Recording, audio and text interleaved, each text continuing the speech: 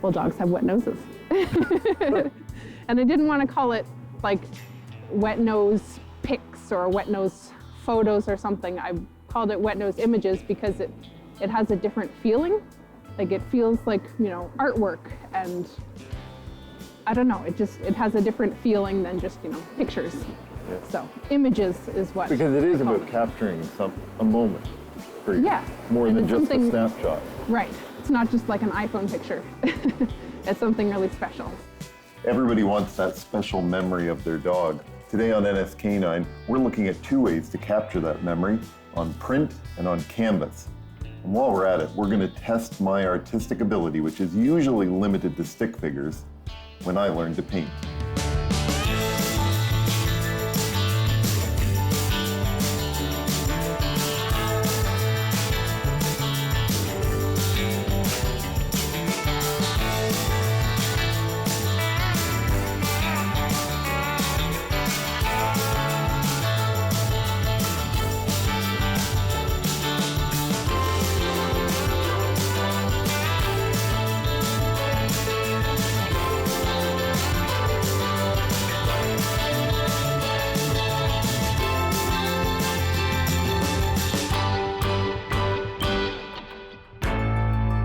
I think probably in my teens is when I started realizing that I really liked photography, but I was super introverted, so I wasn't looking to make a career of it or anything, but loved dogs since like childhood. And then I somehow discovered that dog photography was a thing and that there actually was somebody. So I'm from Ontario, and there was a woman in Ontario doing dog photography, and I thought that was the coolest thing ever. And then probably about maybe like 10 years ago, I started thinking that maybe I could do this, and then started practicing on some friends' dogs, realized it was quite a challenge, but it was a fun challenge. Yeah, and I tried photographing, you know, families, and I photographed a bachelorette party and just like random things, but none of it was as much fun as dogs. So I started my business 5 years ago, almost 5 years ago. And it's grown quickly, hasn't it? Yeah, it's going pretty well. I'm learning a lot. I'm in a bunch of Facebook groups for like photographers and pet photographers and business owners and stuff, so I'm soaking up a lot of information all the time and implementing it as I see fit for my specific business. And you do a lot of different things too, because you do some charity things, but you take people out to learn how to photograph their own dogs. And yeah, so I do teach workshops. I teach them like how to master your camera in manual mode type of workshops. And then I do those doggy photo walks. So they're a little bit teaching, kind of like bridging the gap between you like your dog and you like taking photos. And then also if you want to learn more, I have a workshop. But those are just free. We go walk around a park. A bunch of dog people get together with their dogs. They can bring their phones or whatever. And just, I kind of point out some good spots and give them some tips. And then I do portrait events, so kind of in a pet store or in a dog daycare or something like that, whoever's willing to offer their space. And everybody gets kind of like one perfect photo. So it's a very quick thing, and I photograph maybe like 40 to 60 dogs in an afternoon. Detail these spots. Half a province away from Cassie's home base near Halifax, Stephen Rolls is in Cape Breton, leading people in another way to capture an image of your dog. He's helping people paint individual portraits of their canine friends. Well, I think it goes all the way back to like 5-year-old me sitting at a desk drawing and painting. And then you skip ahead about 40 years. And because you're an artist. I am an artist, yeah. And so I skip ahead to, probably about 3 years ago, and a company, East Coast Art Party, stationed out of Prince Edward Island. They were looking for somebody locally here in Sydney that could kind of take on paint nights here, because they're stationed all over the Maritimes and they didn't have somebody here.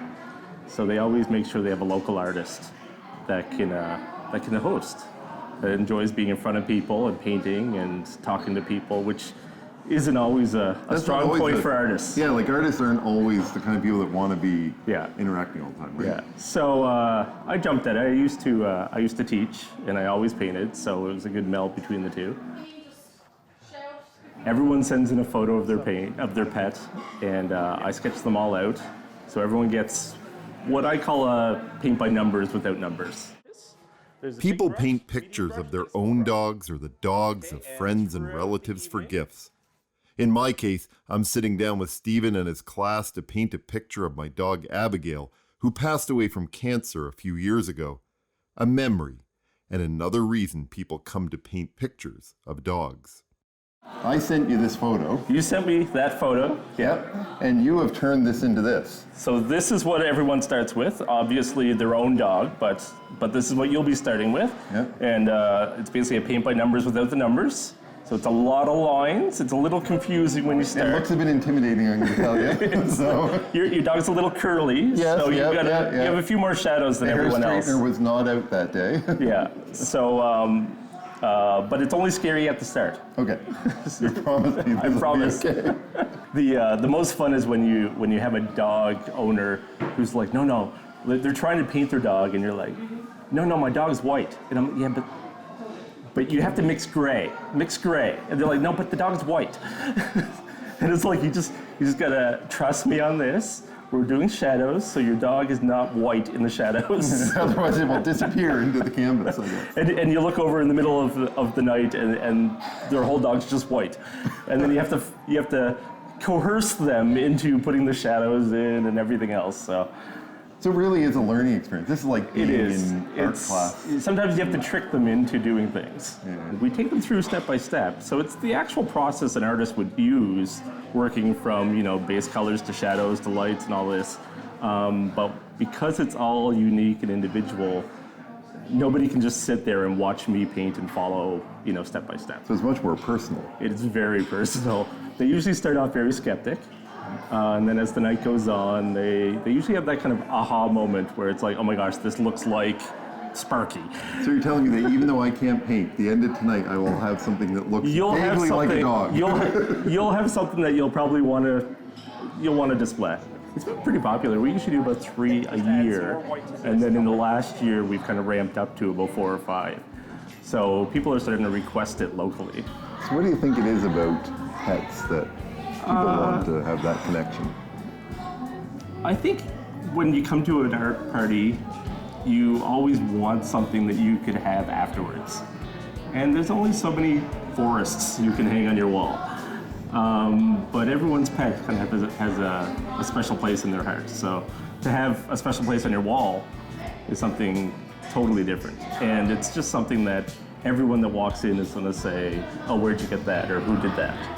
And for them to be able to say I did it, like that's really unique.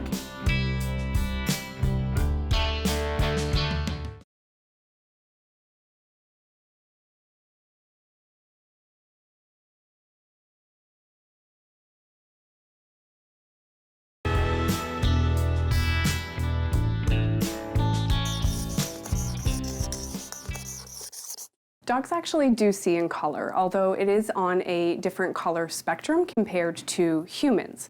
Like humans, the dog eye contains 2 types of receptors called rods and cones, and it's actually the cones that are responsible and allow us to see color.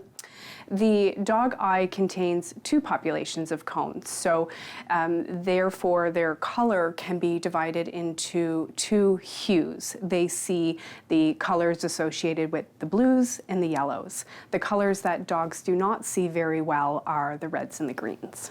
This becomes very personal. I've had people that came when I started about 2 years ago, 3 years ago, and have come back this year because they lost their pet that they painted last time. And then they have a new pet, and they want this pet to have a painting also. So it's quite personal. You get a lot of stories, a lot of laughs and tears and everything. And now, I think culture has gotten a lot more dog-centric, and the people who love their dogs and are obsessed with their dogs, which are my people, there's a lot more for them. Like, more businesses are dog-friendly, not just for guide dogs and service dogs, but for anybody who wants to bring a dog. Not all businesses, of course, but a lot more of them are. And now there's dog photography, and there's all kinds of dog brands, like fancy dog leashes that cost, hundreds of dollars and all kinds of stuff. And the thing, people are willing to spend the money, because it's a business. I mean, Yes. You're having fun, but it's a business, and Right. you have to make a living, right? Yep. And so people are now willing to spend that money, almost like they did for their kids' portraits at school. Yes. I've noticed that for the most part, the clients who come to me don't usually have human children. Some do, but for the most part, they don't seem to. So all of their So the children are spending gone, money- or they didn't have children at all. that sort Right, of yeah, thing, actually both. I have some people who have grown children who aren't in the family, or aren't in the house anymore. And They're still in the family for the most part. yes, and so now all their attention is on their dogs, and they're, the new beings that they're raising and loving and adventuring with. So. When we got WIP, we decided that we were gonna get photos on a regular basis, and we joined the Ambassador Dog program so that we could get ongoing photos as well as family sessions, and so we've gotten photos.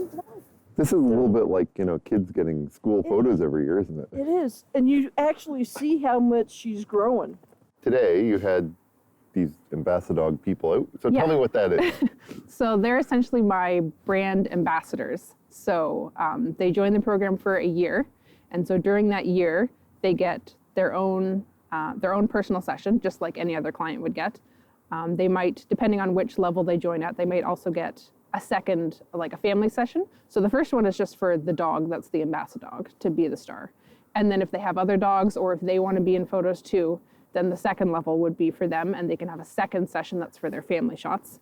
And then also we do 4 to 5 group sessions with all of us together during the year. So they're kind of themed, or we might go to a beach and have like a beach day, or this was a Christmassy, wintry type of session. And so yeah, they get a whole bunch of sessions And these through the people year. seem to start to get to know one another too, right? Yeah, like Like it becomes a bit of a club. we're friends. Yeah, it's a lot of fun. I think we all kind of become friends. Like, we look forward to coming and seeing Cassie and everybody else. Like, we follow each other's dogs on Instagram, and I think everybody has an Instagram account now. yeah. Oh, Yes, yeah. all 3 dogs have their own Instagram. Actually, Yep. on Halifax Dogs' Instagram. Oh, really? Oh, okay, there you go. Yeah, That's so- fun. Cassie was great in accommodating our basically last needs. We'd found out that one of our tollers was severely ill, and it was just a matter of time. And we were originally going to do it at a very busy spot, and decided to go with the calmer spot, and got some great photos of the dogs by themselves, as well as family photos of the 4 of us. So that's a nice memory to have. It is, because the next following one day is when we had to put the one dog down. You know, I take a zillion photos, but there's still something fun about getting somebody who knows what they're doing to capture it. Because it's not easy, is it? Oh, it's so not easy. And I mean, she's got what, 12, 13 years maybe, if I'm lucky. Yeah. Of course I want photos of her. Whether it's a professional photography session, learning to take photos, or attempting to paint a picture of your own dog, this is about experience and making memories that capture or relive the spirit and vitality that your dog has brought to your own life. The next thing we're going to do is you're going to look at your pet and you're going to pick an average color for your pet, okay? And when I say an average color, what it is, it's going to be the mid-tone between the highlights and the shadows, okay? So if you say, oh, my dog is black, you're not going to be painting black. I think the best part is when somebody that comes into it so terrified that they'll barely touch the canvas. And then about halfway through, you look over and you realize that they haven't asked you a question in the last 45 minutes and they're just painting. And they've just kind of taken over because they're getting to a point of comfort where they're adding whiskers and they're adding hair and they're feeling what they should be doing next without asking. So there are dogs that really love the water. And so even though we try and keep them out of the water for most of their session, they usually beeline and end up in the water. So that's happened a couple times. One time it happened right at the beginning of the session, so it was just wet dog the whole time. But yeah. But that's part of the personality of that dog too, It I is, guess, right? exactly. They're a water-loving dog. We went to the water because they love the water, so it makes perfect sense. When you work with adults to take a picture, and even to some extent when you work with kids, you can tell them, look at the camera, do this, do They that. understand English. They understand English. It's a little bit more challenging with a dog. It is, yes. So you have to think more creatively, and you have to think about how to explain to them what you want, or how to kind of lure them into, not lure in a bad way, but encourage them to be where you want them to be, or to stay where you want them to stay, without them really having conversational English. They know some words, but not all the words that you might want. Especially not to for tell them. photography. Right. So I usually have squeakers. They're buried in my coat today, so I didn't use them for today's session. But usually I have squeakers, or, we'll make strange noises, or sometimes I have deaf dogs, so that doesn't work. So I have to get somebody to kind of jump and dance behind me to get the dog to kind of go, "What are you doing?" The main area that you were working in, you're gonna start working into your shadows, okay? So this was your mid color. So you're gonna mix a darker color that's gonna be like your shadow colors. A lot of people are intimidated by art. They think that they're supposed to look at art and understand it and have this deep rooted feeling, but nobody really knows how it happens. And I think the art parties are just a way to kind of understand how art is made, and kind of made you realize that, there's nothing special about it or magical about it, but some people have the knack to be able to do it better than they can, just like any sports figure or musician or anything like that. It doesn't mean that you can't do it, it just takes a lot of practice to do it really well.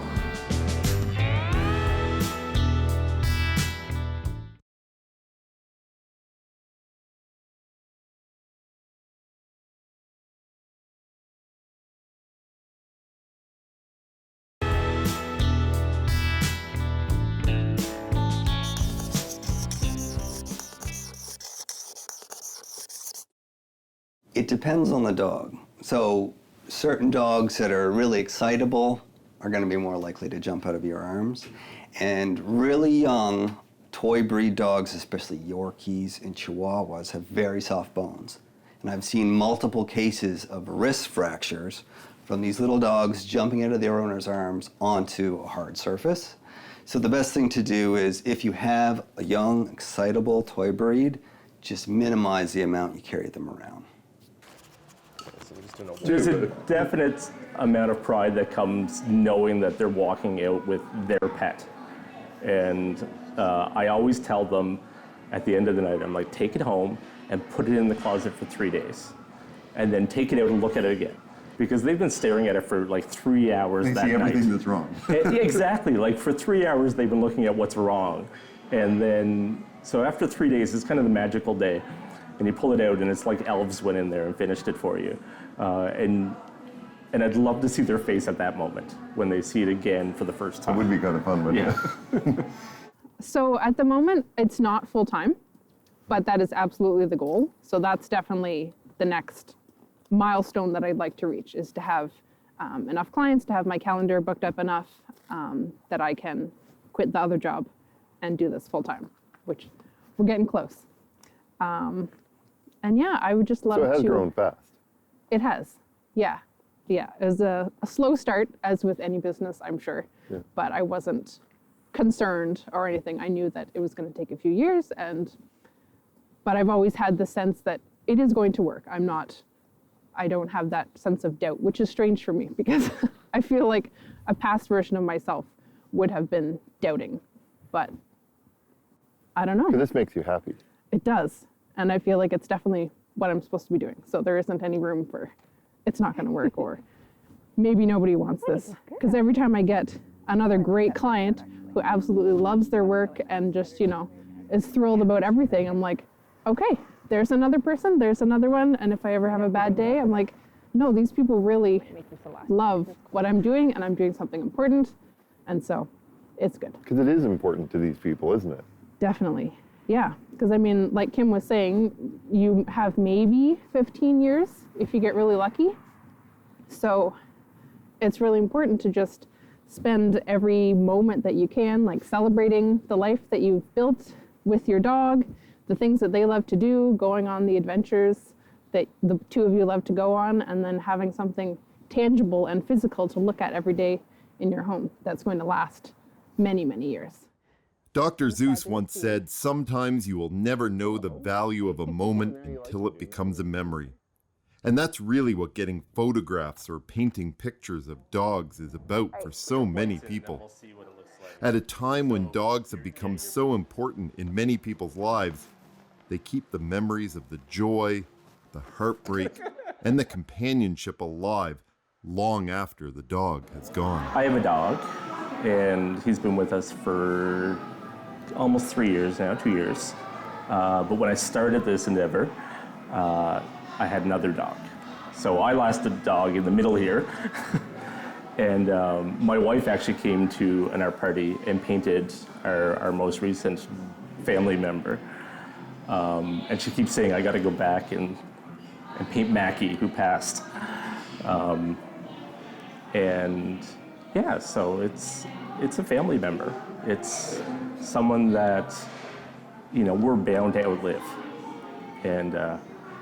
And my brother-in-law always, when our dog passed away, he told us, dogs are here to teach us not only how to live, but how to die. I think when I show them the photos for the first time, but probably a little better than that is when I give them their printed products for the first time. They get to unwrap it and they have this beautiful piece of wall artwork with their amazing dog on it, or they have an album and they get to flip through it and they're just Because that's really important for you, isn't it? The physical thing. It isn't just about the digital. I mean, everybody has these digital photos now and you do that, but what you really like is the physical. Yeah, and I think not a lot of people are doing that, because once photography became digital, then people kind of just scrapped everything printed and just went digital. But I mean, it's great to have photos for Facebook, obviously, like everybody loves Facebook and other social media, but it gets buried so quickly. Like you could post something and it gets a few likes that day and then it stops getting likes, right? Because it's buried in all the stuff that's come since then. And you'll see it next year in your Facebook memories or whatever. So having something printed and on your wall that you're gonna walk past every day and be like, damn, I love that dog. That's what I want.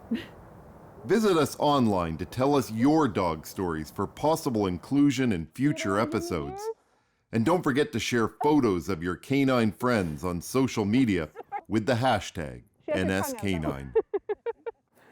So thinking back to when you were a kid and you loved dogs and you sort of became interested in photography, could you have ever imagined this being your life? Absolutely not. I was super introverted. I don't know how I became not introverted. I mean, what am I doing? Like this, I would not have imagined that I could do this, but here I am. And I guess it just took, a few years and some life experience and figuring out what really makes me happy and then doing it. And then, it just kind of changes who you are and your outlook and what you're capable of doing.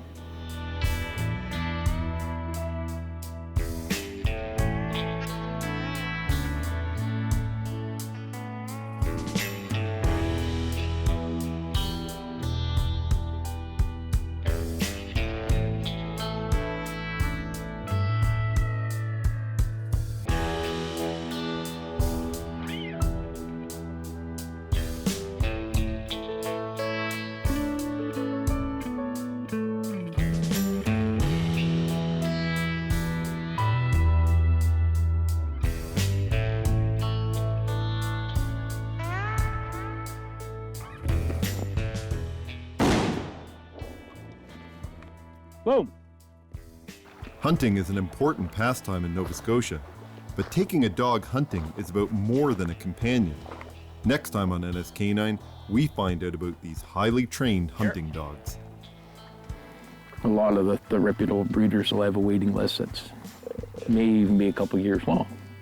Oh, really? And and they're very selective of what they're breeding. They're improving their lines or trying to improve their lines.